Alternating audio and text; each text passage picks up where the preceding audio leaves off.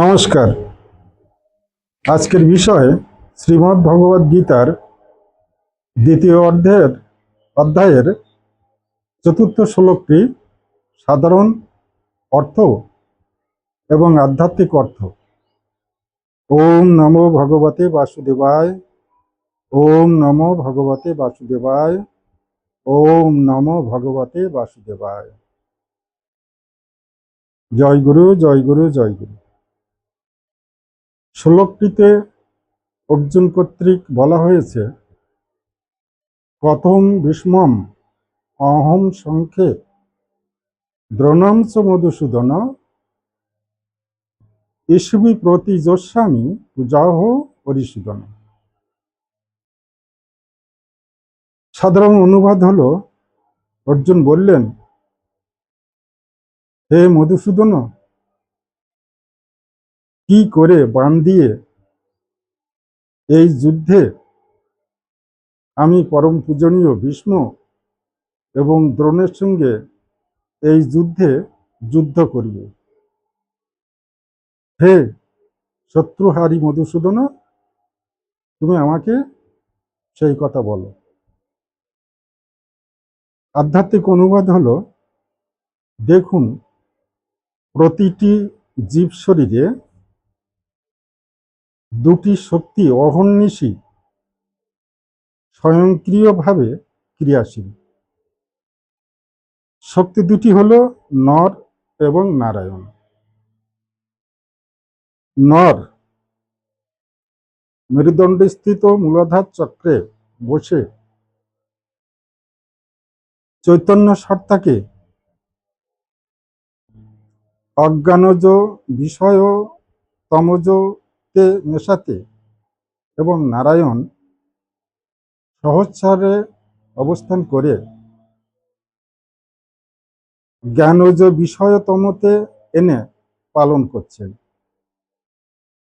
এই দুই শক্তির সমবায় বলেই হলো জীবের জীবন ও জীবত্ব।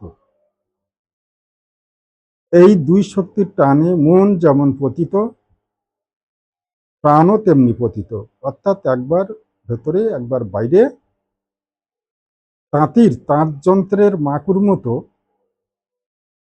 ঘুরছে। এই দুই শক্তিকে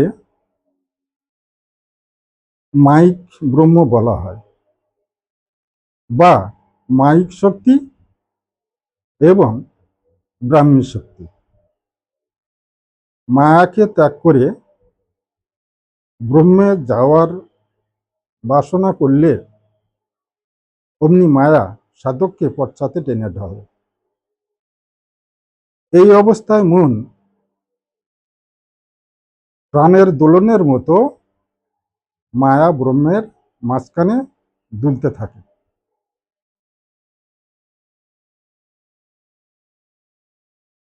আত্মভাবে অবস্থান করলে সাধকের মনে এটাই উদ্ভাসিত হয় যে আমি সর্বনিয়ন্তা, আমা হতে সবকিছু নিয়ন্ত্রিত। আর বিষয়ভাবে থাকলে এটাই অনুভবে আসে যে সর্বজ্ঞ গুরু তুমি, আমি অধম মূর্খ শিষ্য তোমার। যাই হোক, এই দুই ভাবের অর্থাৎ বিষয় ভাবের সংশয় সমাধান আত্মভাবে মীমাংসিত হয়ে থাকে। শ্রীগীতাতে ভগবান শ্রীকৃষ্ণ এবং অর্জুনের কথোপকথনের মধ্যে দিয়েই এই জীব ভাবের সংশয় সমাধান আত্মভাবেই সমাধান হয়েছে। আত্মভাবে থাকলে আমি বুঝি, আমি বোঝাই। আর জীবভাবে বা মায়ার টানে পড়লে আমি অর্জুন, না পড়লে আমি ভগবান। নমস্কার, আজ এই পর্যন্ত।